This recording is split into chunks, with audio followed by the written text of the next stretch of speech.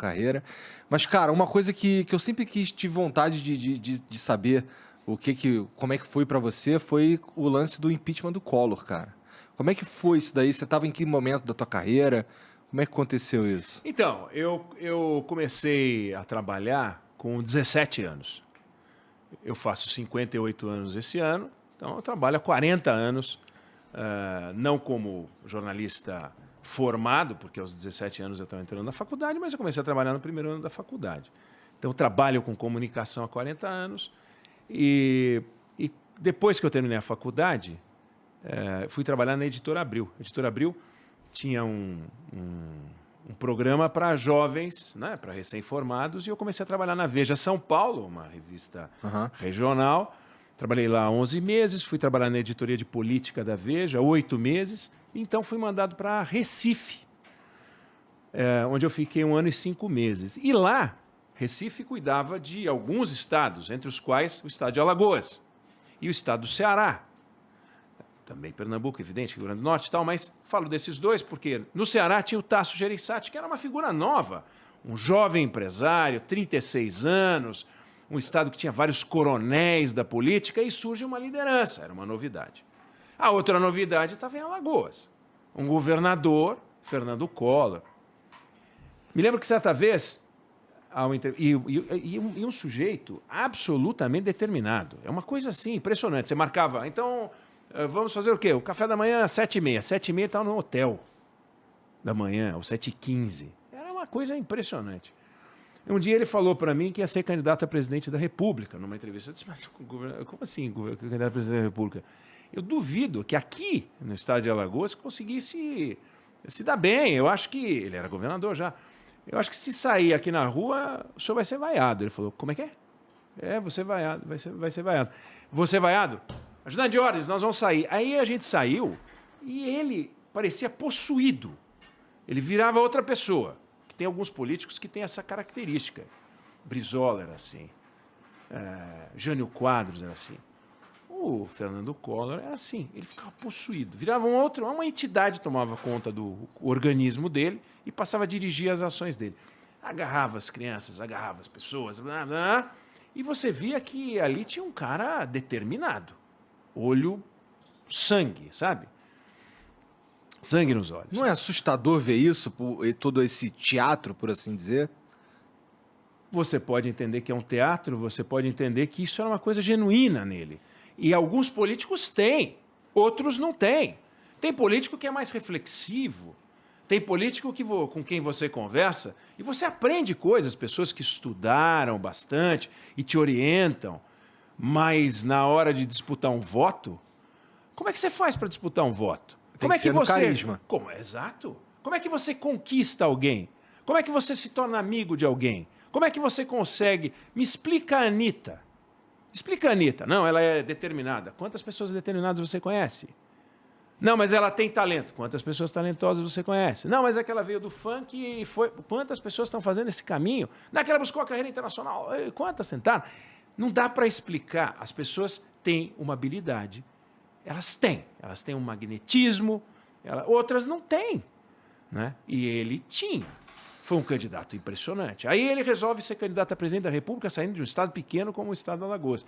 E naquele momento, eu que estava no Recife, fui para Brasília, para ser o número 2 da sucursal da Veja em Brasília. Mas o cara que ia ser o número 1 era o correspondente da Veja em Paris, que desistiu. Ele preferiu ficar em Paris. E eu fui ficando, e aí fiquei 6 anos, chefei a sucursal da Veja. Então eu não conhecia nada sobre o jogo do poder de Brasília, era novo, mas eu conhecia todo mundo de Alagoas, ou pelo menos uma boa parte, e acompanhava aquilo. De forma que eu pude ver o nascimento da candidatura, a eleição impressionante do Fernando Collor. Aquela eleição, a gente fala, não, o Brasil está polarizado.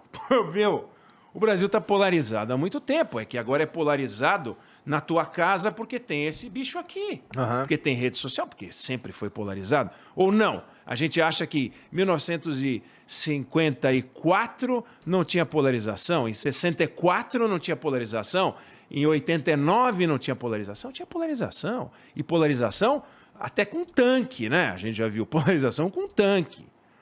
A gente viu isso em 54, a gente viu isso em 64, a gente viu isso em 30. Polarização. Bom, aí ele ganha a eleição, Igor. Por que a eleição dele foi tão impressionante, Eduardo? Porque, assim, você diria que teve uma influência da mídia? Ou o que tornou tão interessante Bom, assim? primeiro, a gente vinha de... A última eleição direta tinha sido em 1960. Aham. Para você votar na eleição de 1960, Igor, você tinha que ter 18 anos. Então você teria que ter nascido em 1946. Seis, é isso? 4. 18, 4. Sei lá, Enfim, foda-se. qualquer coisa.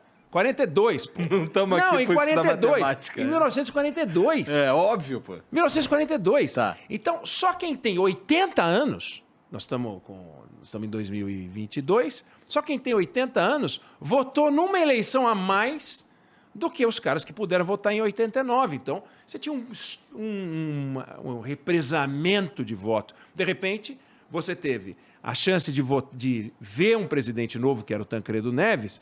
As diretas já tinham fracassado. O movimento das diretas já não deu certo, mas estava aquele calor. Aí vem o Congresso, enfim, vem a eleição do Tancredo, morre o Tancredo. Você diz, bicho. Aham. Aí vem o Sarney. Você fala, bom, e agora? Agora a primeira eleição direta. Aí surge Brizola. Você pega aquele cardápio de candidatos, aqui tem um cardápio de coquetéis, né? Aham. Você pega aquele cardápio de candidatos, Igor. Meu, Mário Covas, Ulisses Guimarães, Brizola, Guilherme Afife Domingos, Collor, Lula. E ali estava complicado. O Lula passou para o segundo turno com 500 mil votos a mais do que o Brizola. E foi para o segundo turno. Tem gente que diz, olha, se o Brizola fosse para o segundo turno, não sei não. Então era um fenômeno, havia um fenômeno. Aí muita gente diz, não, mas a edição que foi feita do debate do Lula com o Collor pela Globo decidiu tudo. Aham. Não, mas peraí, quem que botou o Collor no segundo turno? A Globo? Não foram os milhões de votos? E quem botou o Lula no segundo turno? A não Globo? Não foram os milhões de votos? Não é assim também, tudo muito simples, sabe? Ah, não, foi aquela edição que viabilizou tudo. Não. Tá. Ele realmente ganhou aquele debate. Agora, não há dúvida que aquela edição mostrou, deu ênfase às virtudes dele e deu menos destaque aos erros dele, mas ele teve muito mais acertos, muito mais virtudes do que erros naquele debate. Não tem a menor dúvida. Se você reassistir, está na internet. É impressionante. Aí ele ganha. Ele começa um discurso liberal que a gente não está acostumado a ver no Brasil. Quem é que está acostumado a ver um discurso como aquele? Ele falava em abertura de mercado, ele falava um monte de coisa, deixava todo mundo embevecido. O presidente americano era o George Bush. A Thatcher estava em Londres. Entendeu? O Papa era o João Paulo II. Aí ele vem com esse discurso, o mundo fala, nossa, uma novidade nos trópicos e é liberal. Mas sem as discussões comportamentais, que ele era um pouco mais flexível até, né? Preocupado com o meio ambiente. Ele fazia um discurso que os caras falam, não, esse cara... Caçador de Marajá. Caçador de Marajá. Você fala, não, peraí, perfeição tem nome, é Fernando Collor, né? Mas durou quanto tempo isso? Aí começa a aparecer as denúncias, pá. A primeira denúncia forte, quem faz é o irmão, que eu conhecia, que a equipe da Veja conhecia. Quando vem a primeira denúncia do Pedro Collor, você fala, eu não acredito, é inacreditável. Caiu na Veja, não é por outro motivo, é porque a gente estava lá. Sabe, como é que o Romário fez o gol, como é que o Zico fez o gol? Bicho, Tava porque bem posicionado. ele que está posicionado, ele que bateu a falta. Não tem almoço grátis para nada. Eu me lembro que a gente fez uma entrevista certa vez com o Renan Calheiros, que na época era ex-deputado, aliás, ex-líder do governo Collor, deputado federal, e ele resolveu falar que o Collor sabia de tudo. Vou falar. Me lembro que estava conversando com 2 estudantes de jornalismo na sucursal da Veja em Brasília, eles falam, como é que nasce um furo? Não tem fórmula, né? Como é que nasce um furo? Aí toca o telefone, era o Renan Calheiros que queria falar. E dizendo que ele topava, ele ia falar. A gente tinha pedido a entrevista, desliguei e não falei para os garotos o que estava acontecendo, mas eu falei, olha só, tem uma resposta para dar para eles, pena que eu não vou poder dar. Aí fomos para Brasília num voo da madrugada, eu, um outro repórter, um repórter da Veja, Expedito Filho, e tinha um repórter de um outro jornal. Pô, assim, eu sabia que ele não estava indo a passeio para Maceió, num voo às 3 horas da manhã. E ele olhando, o chefiano da sucursal da Veja e o repórter também não estava. Quer dizer, ele estava indo lá e eu também. Eu falei, rapaz, esse Renan marcou com os dois. Não é possível que ele fez isso. Deve ter marcado com a gente e com outro jornalista. E o outro jornalista falou, oi, tudo bem? Tudo bem. Ah, tá. E aí, não, estamos aqui e tal. E, obviamente, pô, esse cara vai aprontar, bicho. E eles estão olhando, esses dois vão aprontar. Que o cara que é chefe da sucursal da Veja está indo para Alagoas às 4 horas da manhã, pô. Mesma coisa que vocês pensaram, eles pensaram também. Eles pensaram também. Então tá todo mundo só de boia, pé de pato, com criança e tal. E uns doidos, uns jornalistas. Bom, aí a gente chegou, ele foi pro hotel, ele falou, vamos no mesmo táxi? Não, ainda aí a gente já vai pegar o táxi. Aí ligamos pro Renan. Eram 4h30, 5 horas da manhã. E ele atendeu, a gente foi pra casa dele. E ao chegar à casa dele, a gente falou, vem cá, você marcou também com o jornalista? Marquei, achei que não teria problema. Como não tem problema? Você tá maluco? Como assim não tem problema? É entrevista exclusiva e tal. Bom, fechamos, vamos fazer a entrevista exclusiva. Agora, você tem que dizer para ele que você não vai falar com ele. E não somos nós que vamos falar isso para ele. Não tem cabimento um negócio desse. E ele falou. E a gente fez uma entrevista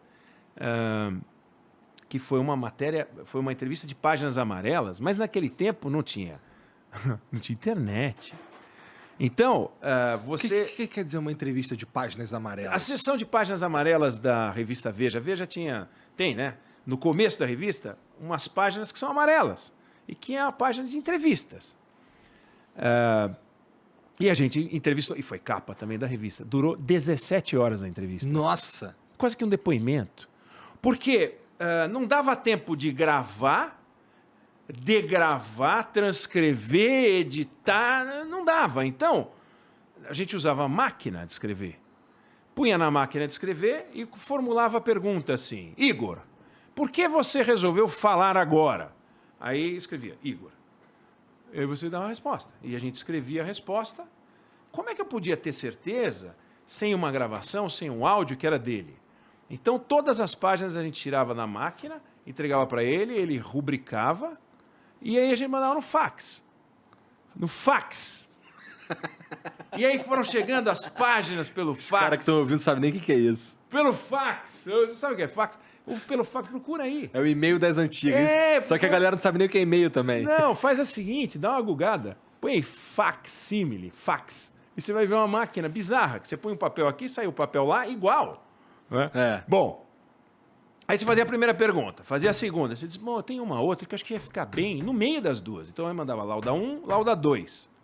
Aí no meio eu mandava a 1A. Depois, bobeou, você tinha a 1A1. Bom, o fato é que era uma bagunça. Uma bagunça, mas chegou lá organizado. E assim a gente foi construindo um conjunto de reportagens, e foram dezenas de reportagens e uma dúzia de capas. E tudo muito, muito forte, muito pesado. A gente ganhou prêmios por aquilo tudo e tal. E foi fundamental, obviamente, foi criando um caldo de cultura. Agora, o presidente Temer já deu essa declaração várias vezes. Por que ele não caiu, né? Quando teve votação de pedido de investigação contra ele? Não tem rua, não cai. Aí começou a rua. Jovens indo para a rua, jovens que hoje têm a minha idade, mas que foram para a rua. Aí o Collor mandando as pessoas usarem verde e amarelo, e as pessoas saíram de preto, né, contra o Collor. Aí não tinha como segurar. Aí o Congresso Nacional, aí vem aquela hora de votar o impeachment, sabe, entendeu? Aí fica todo mundo bacana, porque o que a rua quer, e me lembro dessa declaração, o que a rua quer, esta casa acaba fazendo. E é meio verdade. Se não tem rua, eles fazem o que querem. Mas quando a rua quer uma coisa numa certa direção, não tem jeito. Aconteceu isso com a Dilma também, né? Tem pressão, a coisa complica. Mas essa pressão, dá para dizer que eles manipulam